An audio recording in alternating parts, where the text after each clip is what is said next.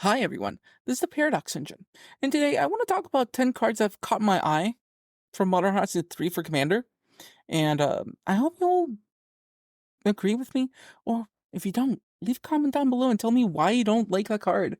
I'm kind of looking at these cards and thinking, this is a neat design, I'm kind of digging it. So, let's start.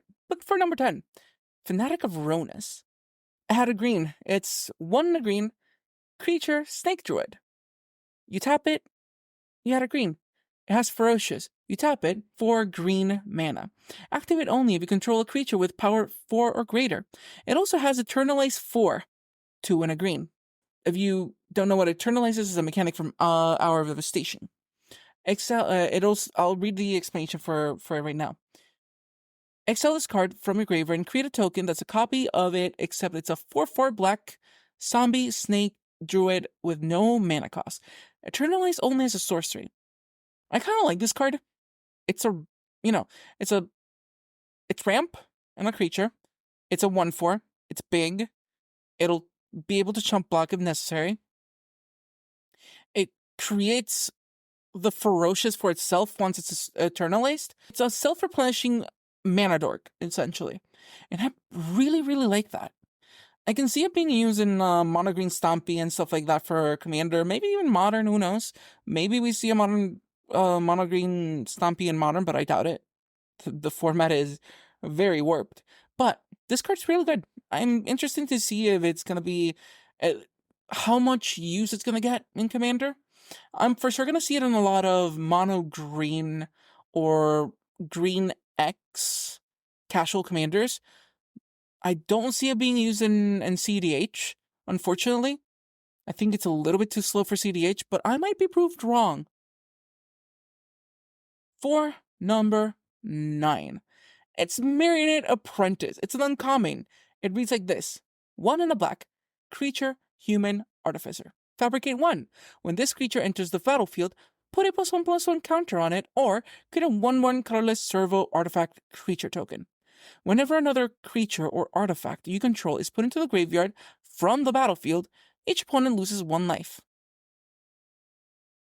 Aristocrats is very prevalent.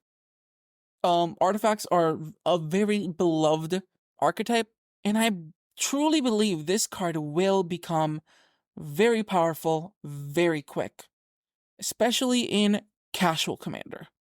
I think this card is going to see a lot of play.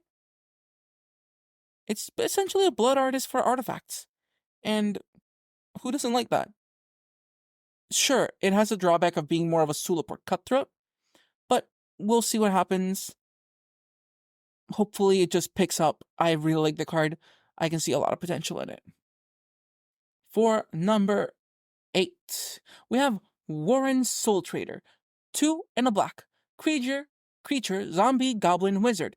Pay 1 life, sacrifice another creature, create a treasure token. Treasure tokens are becoming even more prevalent in Commander as of late. There's a lot of really cool things Treasure in general is going to be doing. If you haven't seen the recent Thunder Junction Commanders, a lot of the Mardu one had a 3-drop commander that was really good. Honestly, I can see a lot of potential in that card. And Warren Soul Trader is just amazing. I think it's going to be seeing a lot of play, especially in Aristocrat commanders, especially in commanders that care about creating artifact tokens.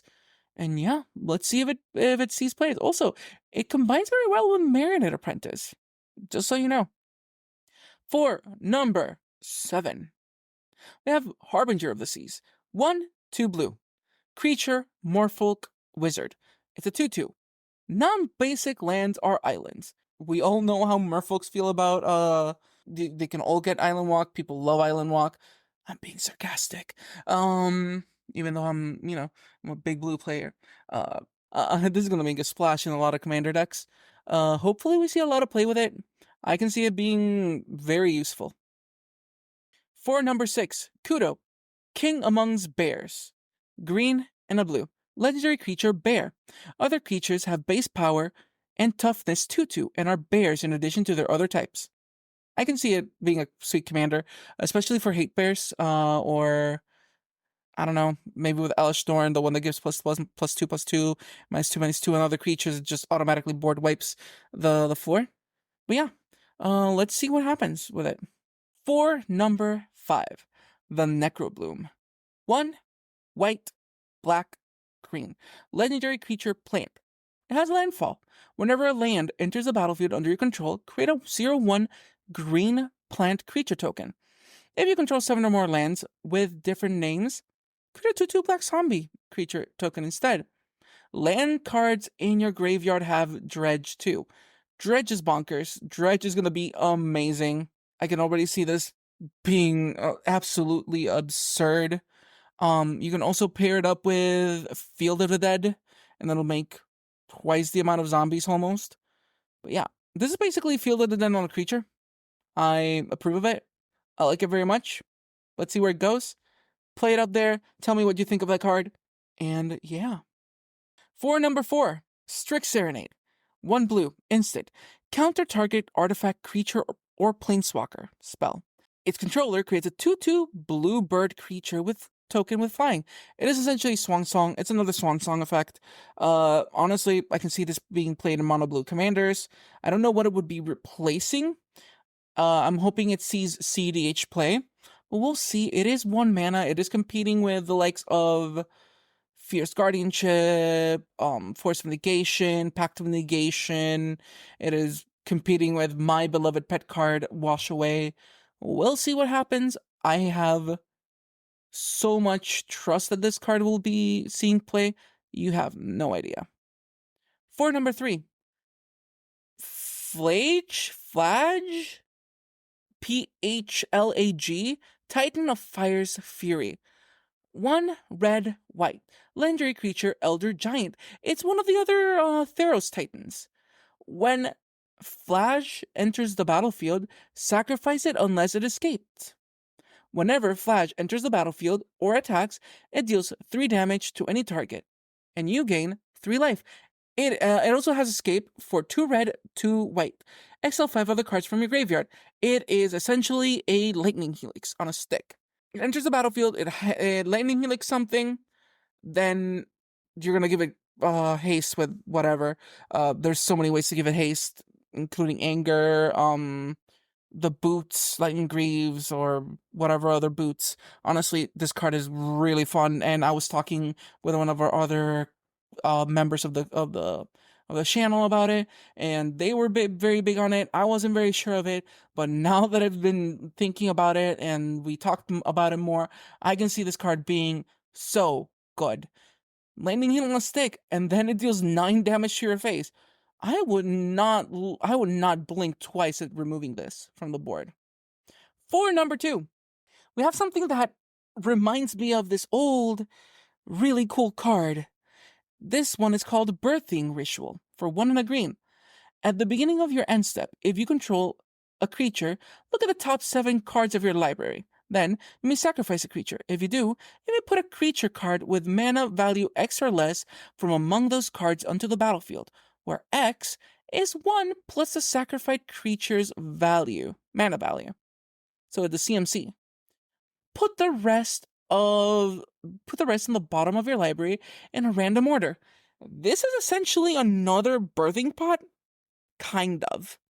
I can see it being abused, used, and just absolutely broken.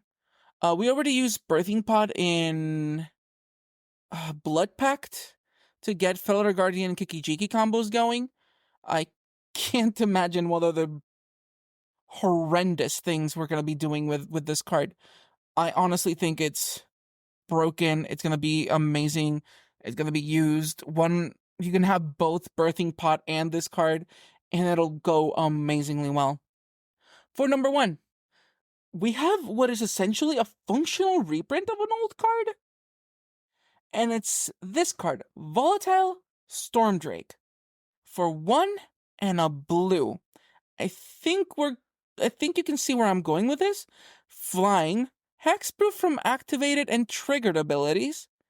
And it reads, when Volatile Stormdrake enters the battlefield, exchange control of Volatile Stormdrake and target creature an opponent controls. If you do, you get 4 energy. Then sacrifice that creature unless you pay an amount of energy to its mana value.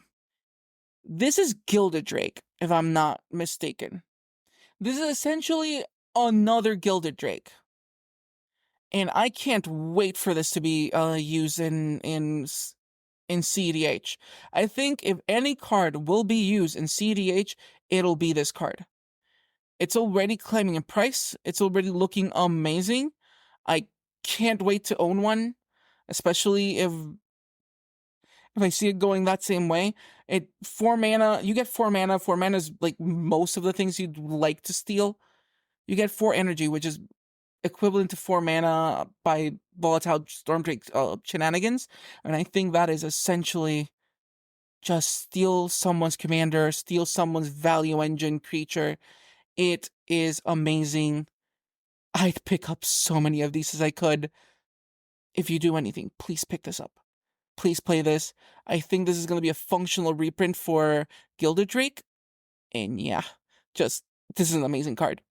But anyways, this has been Paradox Engine. Like, subscribe, comment down below. Let me know what you think. Volatile Stormdrake, amazing. I love you. We'll see you next time, chat. Have a good day.